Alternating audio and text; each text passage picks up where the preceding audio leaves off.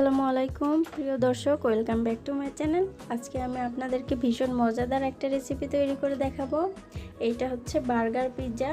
সাধারণ আমরা যে বার্গার খেয়ে থাকি তার তুলনায় এটা অসম্ভব মজার হয়ে থাকে। যারা খাননি এখনও তারা অবশ্যই একবার হলেও ট্রাই করে দেখবেন। অসম্ভব মজার, খুবই অল্প উপকরণে তৈরি করে নেওয়া যায়। ঘরে থাকা কিছু উপকরণ দিয়ে আপনারা বানিয়ে নিতে পারবেন। খেতে কিন্তু অসম্ভব মজার। তো আমার এই রেসিপিগুলো যদি ভালো লেগে থাকে তাহলে চ্যানেলটিকে সাবস্ক্রাইব করে আমার পাশে থাকবেন। তো চলুন আমি কিভাবে এটা তৈরি করলাম দেখে নেওয়া যাক। প্রথমে আমি কড়াইয়ে হাফ টেবিল চামচ পরিমাণ আদা রসুন বাটা দিয়েছি।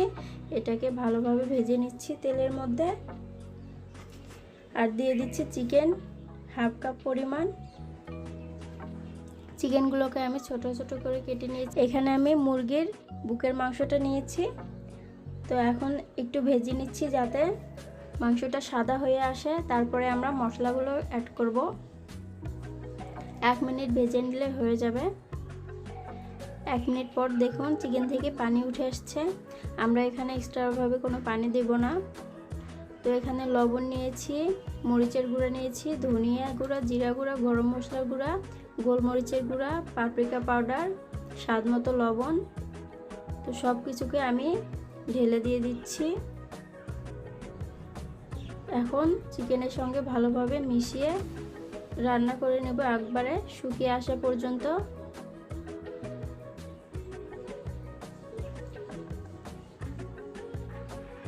এখন আমি এটা ঢাকনা লাগিয়ে রান্না করে নিচ্ছি।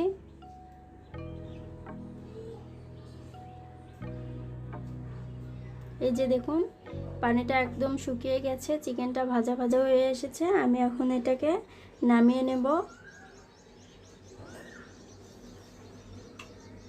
খুব বেশি ভাজার প্রয়োজন নেই, তাহলে সেটা শক্ত হয়ে যাবে।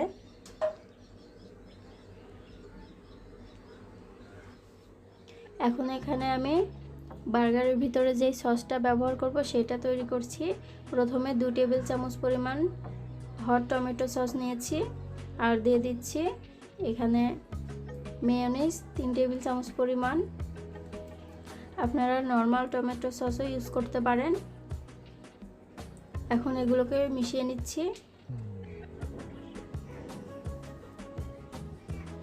মিশিয়ে নেওয়া হয়ে গেলে এখানে আমি দিয়ে দিব চিলি ফ্লেক্স, দিয়ে দিচ্ছি সামান্য একটু।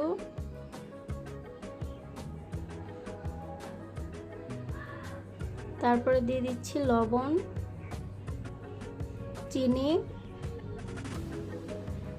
আর দিয়ে দিচ্ছি সামান্য একটু অরিগ্যানো। আপনারা যে পরিমাণে সস নেবেন সেই পরিমাণে সব কিছু অ্যাডজাস্ট করে নেবেন। আর এখানে দেখতে পাচ্ছেন আমি ব্রেড নিয়েছি। এটা কিন্তু আমি বাসায় তৈরি করেছি চুলায়। তো দেখুন কতটা সুন্দর হয়েছে।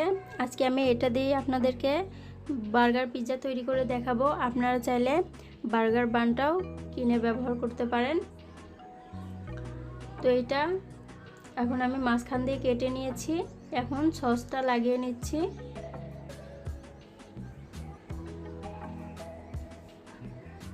দুইটা রুটিতে আমি সস লাগিয়ে নিব।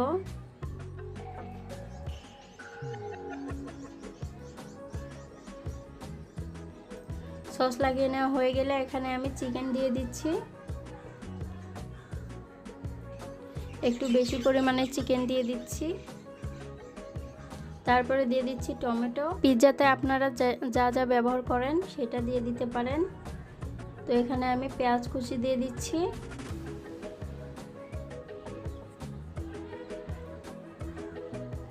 এখন একটা চিজ দিয়ে দিচ্ছি, স্লাইস চিজ।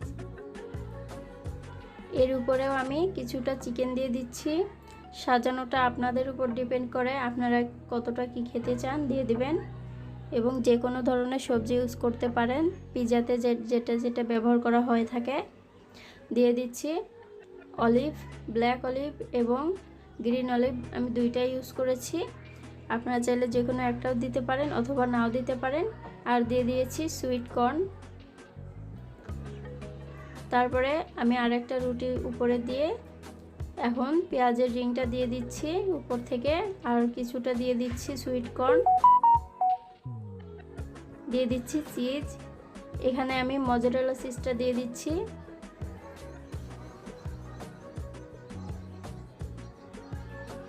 ভালোভাবে চেপে চেপে দিচ্ছি যাতে পড়ে না যায়। এরপরে আমি দিয়ে দিচ্ছি ব্ল্যাক অলিভ, দেখতে সুন্দর লাগার জন্য।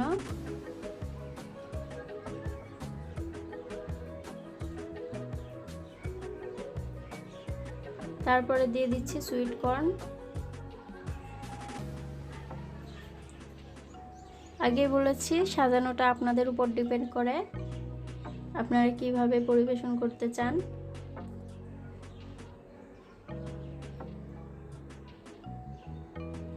তো এখানে আমি দিয়ে দিচ্ছি সামান্য একটু অরিগ্যানো। খুব বেশি দেওয়া যাবে না, তাহলে কিন্তু গন্ধ হবে, খেতে ভালো লাগবে না। এখন সামান্য একটু চিলি ফ্লেক্স দিয়ে দিব। হয়ে গেছে আমার এটা সাজিয়ে নেওয়া। এখন এটাকে আমি বেক করব চিজটা গলে যাওয়া পর্যন্ত। এভাবে আমি দুইটাকেই সাজিয়ে নিয়েছি। তো এই যে আমি এটা চুলায় বেক করে নিয়ে এসেছি। তো দেখতেই পেলেন আমি খুব সহজে কিভাবে এটা তৈরি করেছি। খেতে কিন্তু অসম্ভব মজার হয়ে থাকে। দেখুন চিজটা গলে গিয়েছে, দেখতে কতটা সুন্দর লাগছে এবং ইয়াম্মি লাগছে। তো বন্ধুরা আজ এখানেই বিদায় নিচ্ছি, দেখা হবে পরবর্তী ভিডিওতে। আমার রেসিপিগুলো যদি ভালো লেগে থাকে লাইক, শেয়ার এবং কমেন্ট করবেন। আর যারা নতুন আছেন তারা চ্যানেলটিকে সাবস্ক্রাইব করে আমার পাশে থাকবেন। সবাই ভালো থাকবেন, সুস্থ থাকবেন। আল্লাহ হাফেজ।